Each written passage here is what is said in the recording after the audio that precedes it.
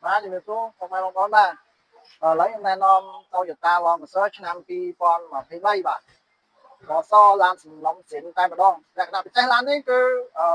គុជរហូតដល់6គ្រាប់បាទខាង3ហើយមានមួយថ្ងៃ Android ហើយរួចភាសាទៀតបាទឥឡូវខ្ញុំដាក់ឲ្យបងប្អូនមើលរូបឡានតែម្ដងបាទនេះបងប្អូនបាទផ្លាកលេខ 2AP 20គុជ68ផ្លាកលេខចន់វែងហើយរួចភាសាទៀតបាទ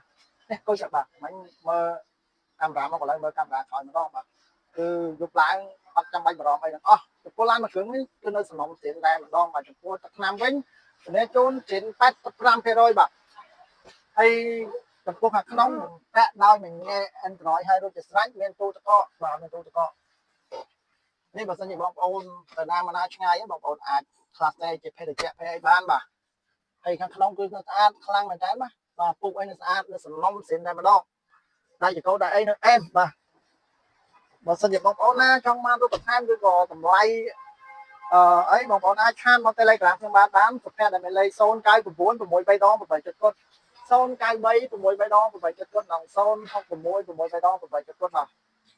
ចំពោះសេវាកម្មខាងឃ្លាំងយើងខ្ញុំមានដូចជាបងរំលោះក៏បានទិញដាច់ក៏បានបាទទីតាំងនៅតាមបណ្ដោយផ្លូវអ្នកអង្គការមកប្រទេសចូលមកបរិយពេញពួតឈៀងខាងស្ដាំច្រកទី1មកពីព្រមកម្មកោផាយជា20 ម៉ែត្រទេបាទអរគុណច្រើនបងប្អូនបាទ